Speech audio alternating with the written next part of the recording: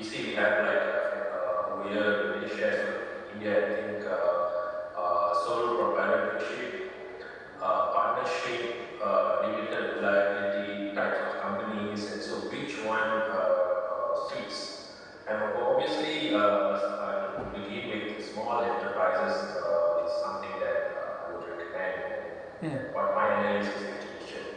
So, for research and analysis skills, it's something that will be useful, especially when what we deliver is knowledge-based products or consultancy services.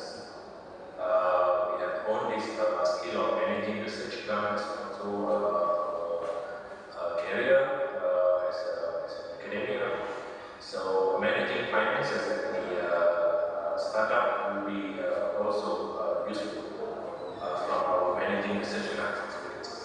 The second skills or characteristics of sales or networking,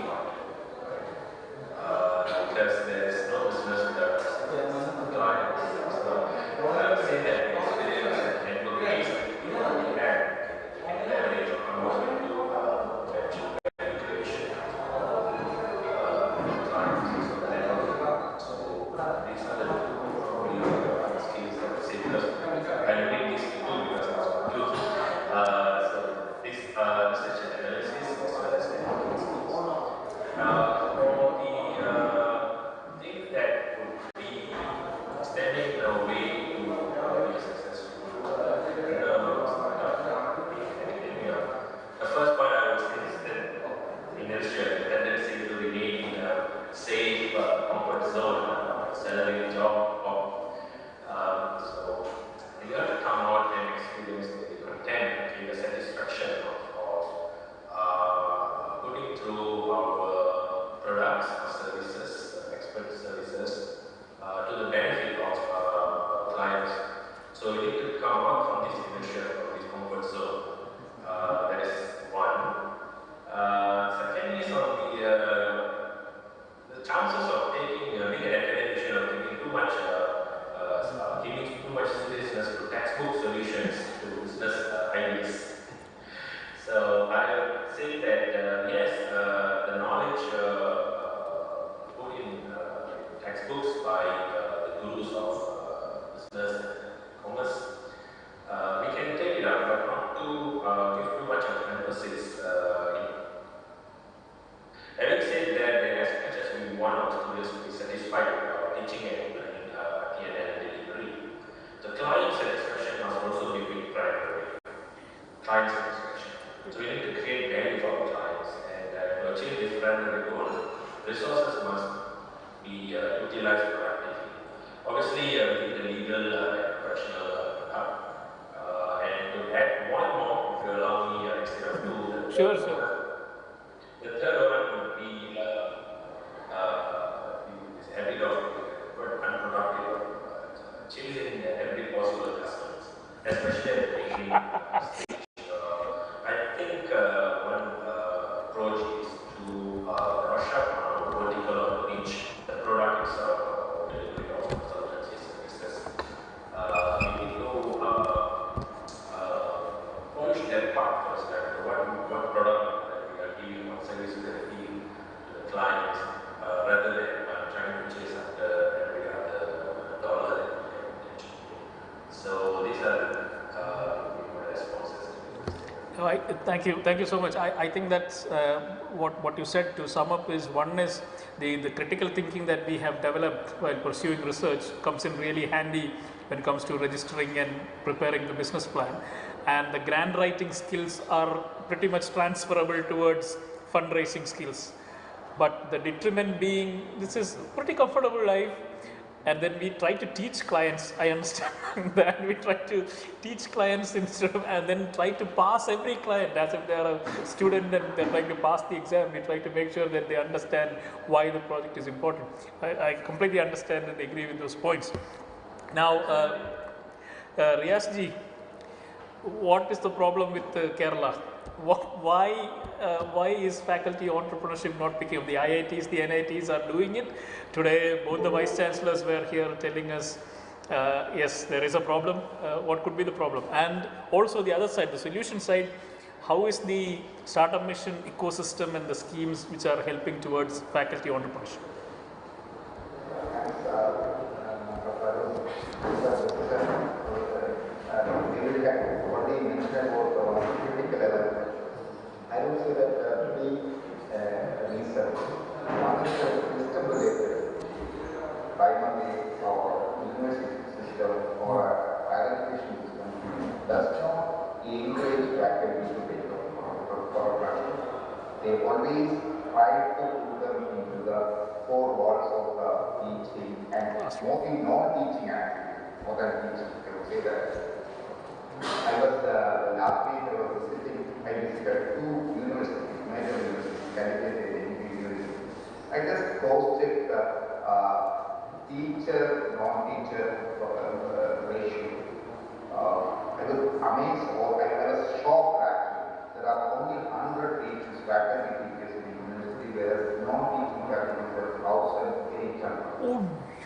So this itself is a clear answer. Where or who are the culprits? I'm not commenting much about it. The second related to culture. Our society, I don't think this is primarily limited to Kerala. So Kerala has a lot of entrepreneurs. But the society in general does not encourage or celebrate entrepreneurship. Entrepreneurship generally, a person working in the startup space, I know that startup owners in their early days are really struggling. They are not able to get a good marriage because only because if they know. So how do we expect a faculty get out of his comfort or their comfort zone and start an entrepreneur? So that is the cultural issue. The third is that Dr. already mentioned that is a personal level issues. There is a strong inertia. We are very comfortable. And why do we need to get out of this comfort zone? And compared to the other, teaching is a very comfortable job. Why should I unnecessarily invite trouble? And a entrepreneur can't work in a 9 to 5 kind of job. He has to be working with 24 hours, at least at the early stages. We know that many of our founders, we used to see, especially in the end of the month, we generally do not invite the entrepreneurs to a program because we know that they are really struggling to meet the expense or to release the salary for their employees. So, from a faculty point of view, why should I unnecessarily invite these persons? I think these are three challenges. We may not be able to, there are good examples also, but these are a few exceptions. How to, as an organization, we try to change this culture. There are a couple of policy interventions we know. One is related to faculty sabbatical. If a faculty takes a sabbatical for 2 years and start a venture, government through a government order permit to do so, and startup mission will give a honorary subsistence salary around 50 to 60,000 per month faculty for a period of 2 years. But the other challenge is the management need to approve it. Both the government as well as the private management does not permit faculty. This is again connected to my first challenge related to system. This is one, and fortunately, we were able to pursue a couple of universities at least. Both the University of Calicut and Trinity has in principle agreed to incorporate this into their startup policy and their regulations, so that the faculty will be able to get leverage on this pillar. Second thing is that we also have a policy to support women innovators or women faculty. Sometimes they have a product or they have a research innovation, they can build business itself. To facilitate or accelerate their entrepreneurial journey in university up to 10 years, we can reimburse the technology commercialization. And the third intervention that we are just starting, we are starting a research incubation program. This is primarily focusing on the faculty from the university and other academic institutions. I think these are the three steps, baby steps we have taken. But as I mentioned earlier, all the issues are related to all of the challenges. I think for the time being, I think yeah, I am sitting with me is somebody who unnecessarily took the challenge of becoming an entrepreneur when he was comfortable as a faculty. So I am pretty sure more than the why or what to do, most of the faculty who will be listening in now and later on and on the stream as well, I think they would be interested in knowing how this was being done. So, Sir, please share your story of having gone from an engineering student to a master's level student, then you went to the industry, then you came back to academia, and then plunged back again into entrepreneurship, where you are now successfully leading an engineering firm. Okay, thank you, sir. I would like to share my story. I am a mechanical engineering graduate in 2000 batch from CET, and started my career in India and abroad. Around 10 years I have been working in different companies, and in 2010 I have stopped my Gulf Middle East life and came back. During the final year, when I was in final year student in CET, my ambition was to form a technical consultancy company, engineering design company. That was my ambition. After working 10 years, I got confident that, okay, now I can start like that. So that is how I left my job. Of course, I was getting very good salary in that time, comparing with the market rate. Okay. Then in 2010, I have stopped that that work, and I came back and started my own company. Initially, I have started HVAC as a single entity. Then later come to know that it is not easy to survive without having MEP as a whole, because electromechanical is the integral part. It is a dynamic system. If you are taking any building or any kind of commercial or residential building, so I convert that into MEP, electromechanical. Because that means my company is able to take now central AC, plumbing, firefighting, and electrical, including ELV system, extra low voltage system. That is how the normally in other countries also it is working. So initially when I am knocking to somebody to give me a job, give me a project, which I am that means I can able to design and deliver the service with the quality, they are not convinced that. They are telling that, okay, where is your pre-qualification criteria, and how many projects you have passed, you have executed, you have finished. I told that, okay, only I have the CV. So my CV only I can show now. Like that I used to tell at that time, in 2012 and then in 2013, I have registered it as a private limited company, and slowly the things starts to change. During at that time, apart from that one, I am a faculty member here in Trinity, and both I am taking in a parallel way. So during my faculty time, the extra advantage what I had is I could deliver something to our students, which is what is really happening in the industry. So from my experience mostly. So that triggers a lot. Many of the Trinitians now still working in my company, and also many who left the company and they got the higher placement in abroad, and many of them are there. Like many stories are there. So that way I could contribute something to the society. So, in my opinion, a faculty should be a role model to the students who are advising the students to become an entrepreneur. So without having that, we cannot have the right to tell them. Okay, there are thousands of exploring areas are available we have to tap it. We have to tap them. And finally, for me, I am getting a lot of commercial benefits because of that. Because of the busyness, I left the faculty position now.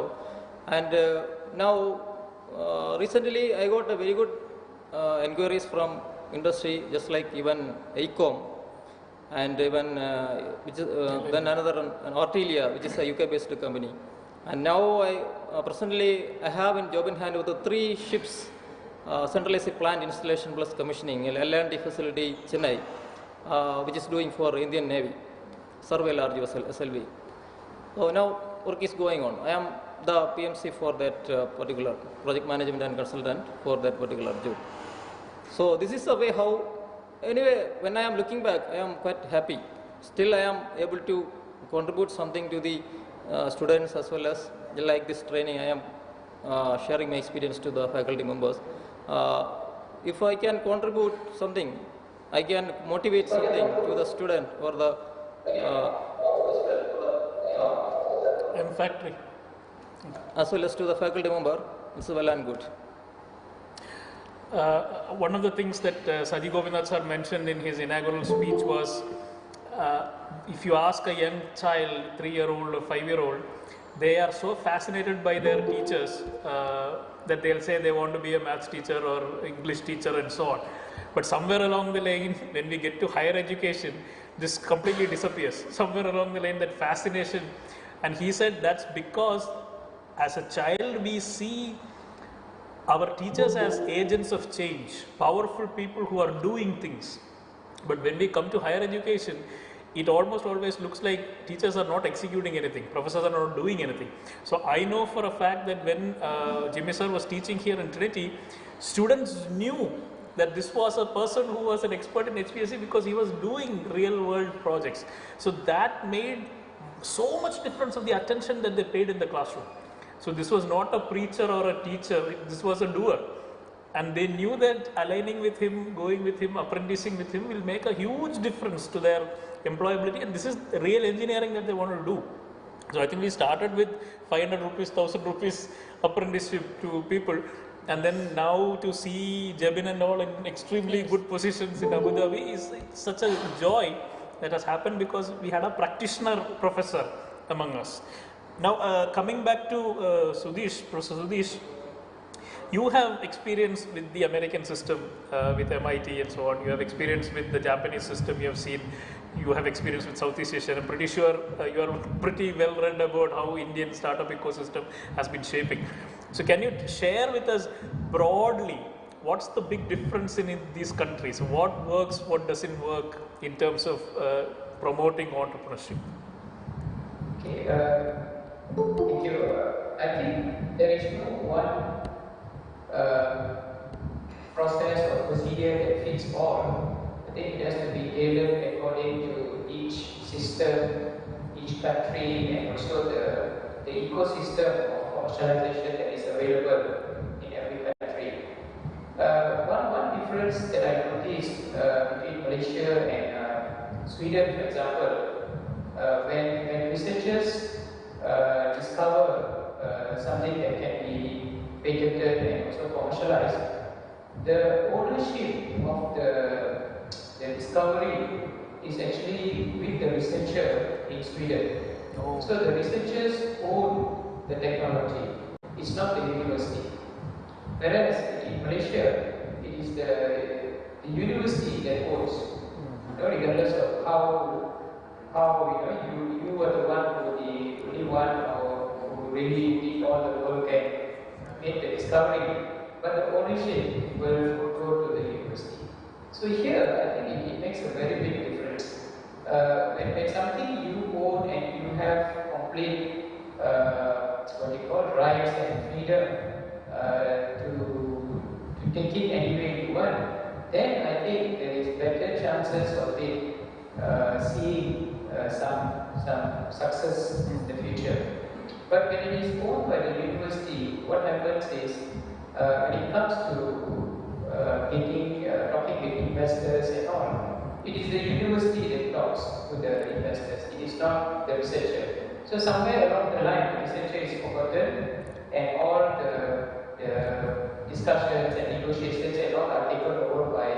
the legal office or innovation office or the commercialization office. And I think this is where sometimes things can go a little bit difficult. So I think this is one of the main points that I wish to highlight, which I personally have experienced. Thank you.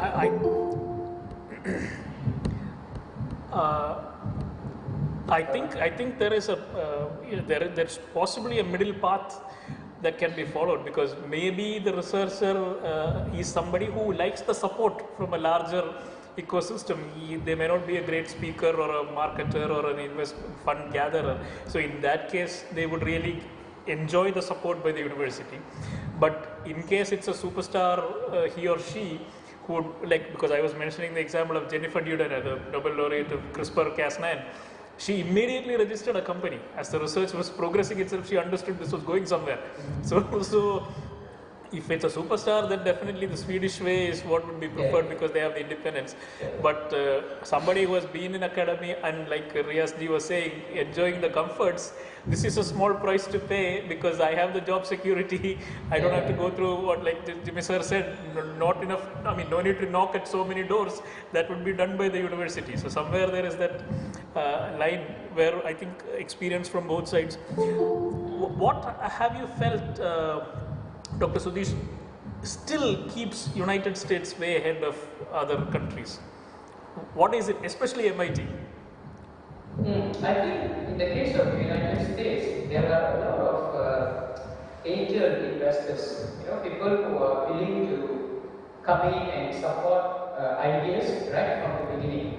I think that makes a very big difference. Of course, for this, the investors must have in-depth knowledge about technologies and the potential of such technologies to be successful. So this is not seen in I think, like in Malaysia or in most other countries, where most investors are waiting until they are very sure that there is good potential for the technology to be successful.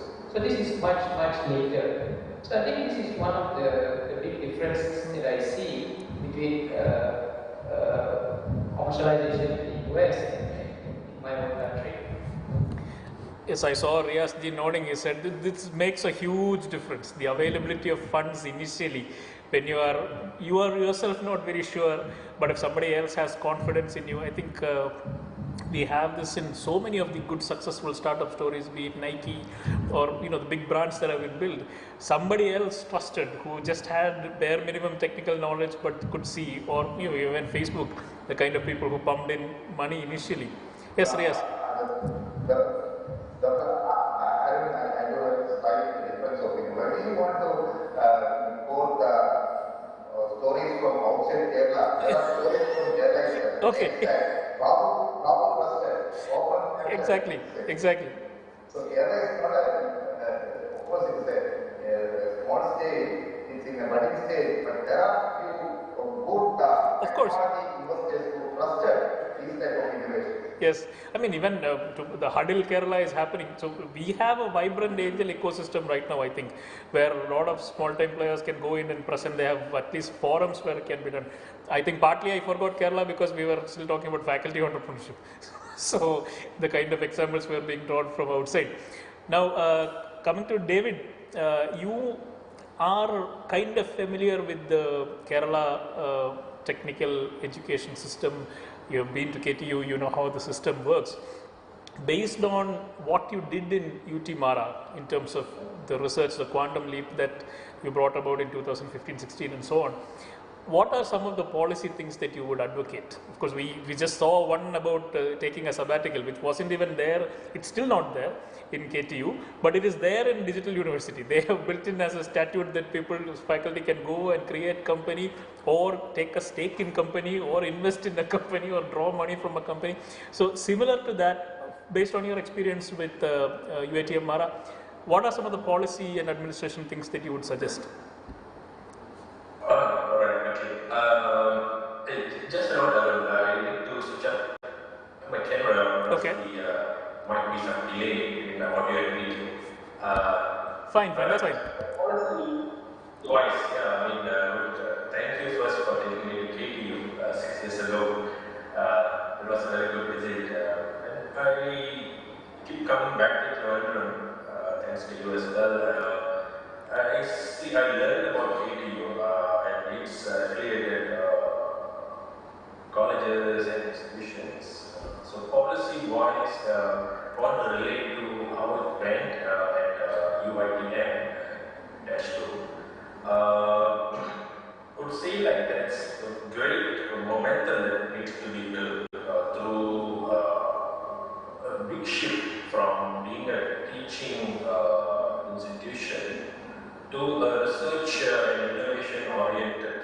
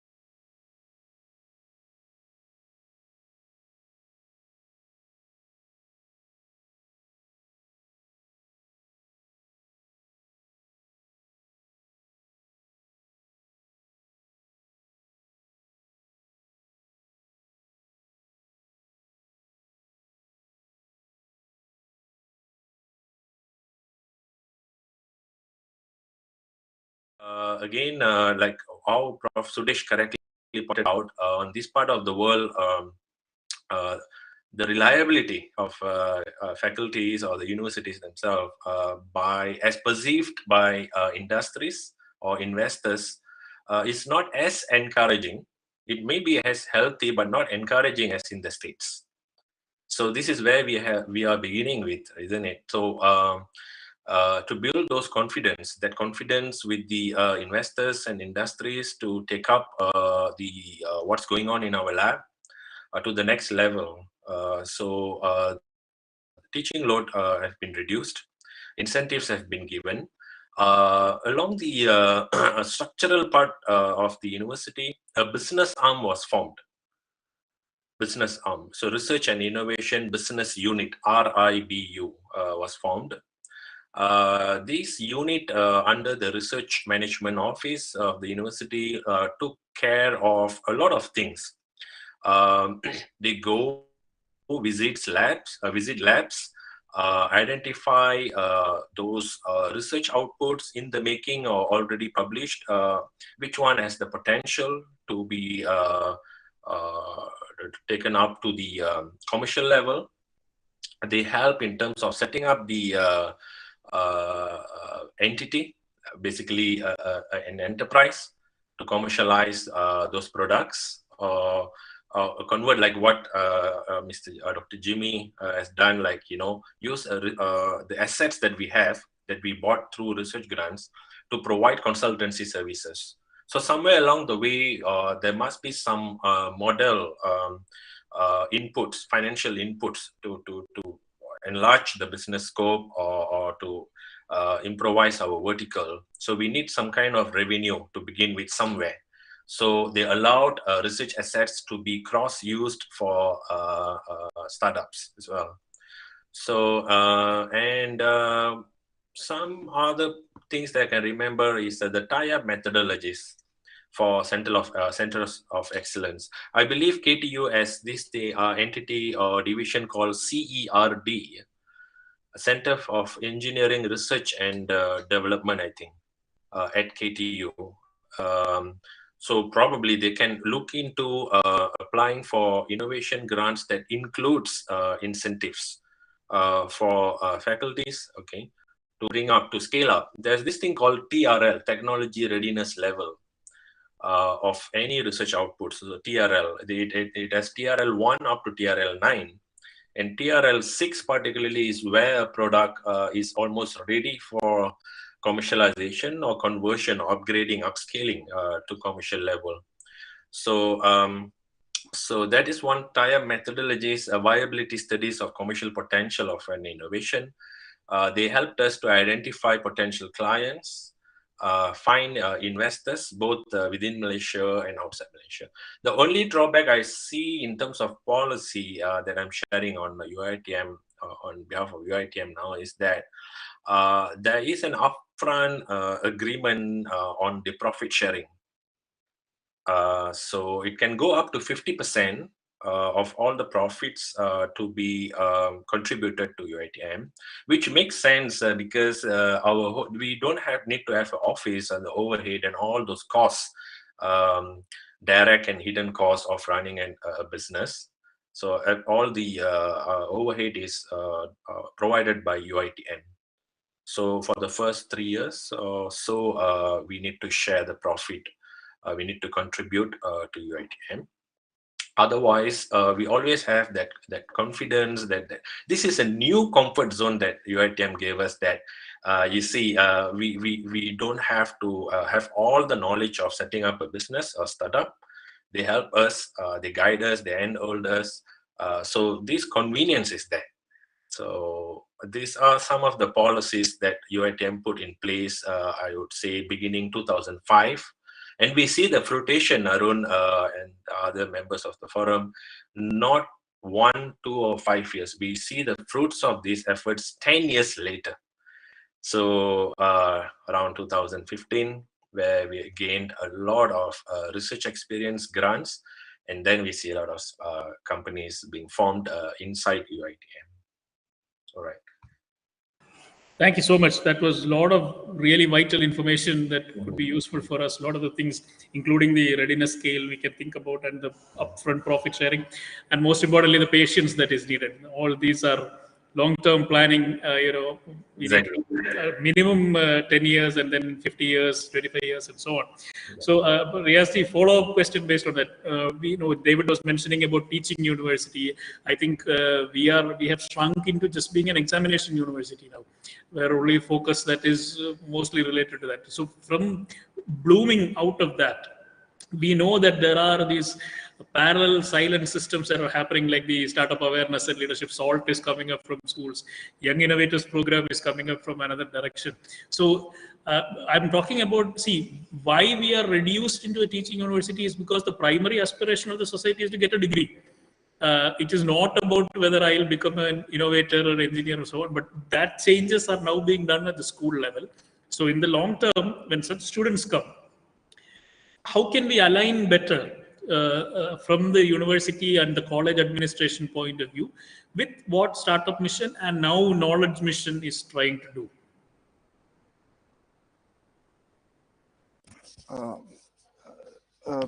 This is a, I would like to see this from a startup perspective. Primarily, when we all agree that entrepreneurship is not coming out of the campuses or universities, we should also think about why it is not happening. We did a informal study some time back where we understood that during the higher secondary days, most of the students, it is estimated that more than 70% of students want to start something of their own. When they join in the higher education stream, after 3 years or 4 years, the percentage is come down to 2%. This answer clearly lies to Arun's earlier comments that students see teachers as their role model. If the teachers are not confident enough, naturally they will skip the entrepreneurship route. That is a risky route, and they will channelize students into the other easiest job seeker route. This is the one challenge. And how do we address this thing? And some of the subtle way of handling this, Arun already mentioned about the SALT, the Startup Awareness and Leadership Training Program in schools. Similarly, there is a program we initiated, SMILE. Primarily, a startup mentorship for innovation, learning, and entrepreneurship. The founders directly mentors the students who wants to enter into the stream. I think our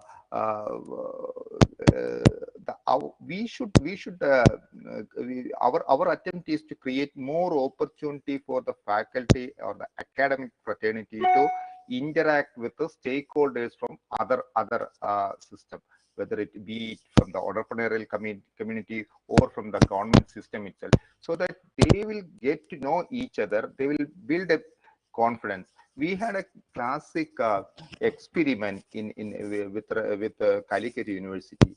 What we did, we brought together all the industry leaders in that Malabar region, and we created a Malabar roundtable, in which we invited the academic administration from the University of Calicut and few faculties. That has created a lot of synergy, because then the university officials also understood that there is a challenge, this is an opportunity, and on the other hand, the industry also realized that these are all the facilities available within the university itself. They don't need to go to Coimbatore or Mysore for testing some of their industrial problem. They can use this facilities, and slowly that association built. Now faculty, the university is coming up with a center for translational research itself using. So my point would be that we need to create lot of networking opportunities, whether it is at the students level or the faculty level or even at the industry level. Everyone nowadays is working in silos. Even in the Arun mentioned about the startup mission, knowledge mission, there are a lot of missions are there, but within the department itself, within the campus itself, two departments are not talking to each other. So we are nowadays business is moving towards a platform economy kind of thing, but within a small ecosystem itself, we are not able to bring that synergy, or at least in the we don't have enough opportunity to interact. So what we need to do, I strongly suggest each of the campuses, universities, or institutions, they should have some common platform to, without much much agenda, I think. Let us have a more informal interaction. Let it happen. So the peer learning, the peer interaction, let it happen. So, and make sure that always bring a heterogeneous groups instead of a homogeneous group, so that the ideas will pump. When the heads are put together, ideas are generated, business will happen, or the new culture will emerge. So that pluralism, that is what we lack in the academic ecosystem in the state. Here, actually, the startup mission is trying to bring through various networking, whether it is a Huddle Global, right now it is happening on the virtual platform. I urge all of you to join in that thing. Also, there are a lot of industry people are there. There are seeding investment meets. There are other startup events are happening. So utilize it. There are industry organizations like CAA, FICCI, NASCOM. If they are not inviting us, we should aggressively go there, and I would say that hijack that in a naughty manner, hijack the industrial culture. I think there is no other shortcuts. Thank you so much. Now, coming back to Jimmy sir, I will start that the question that I had asked earlier, David.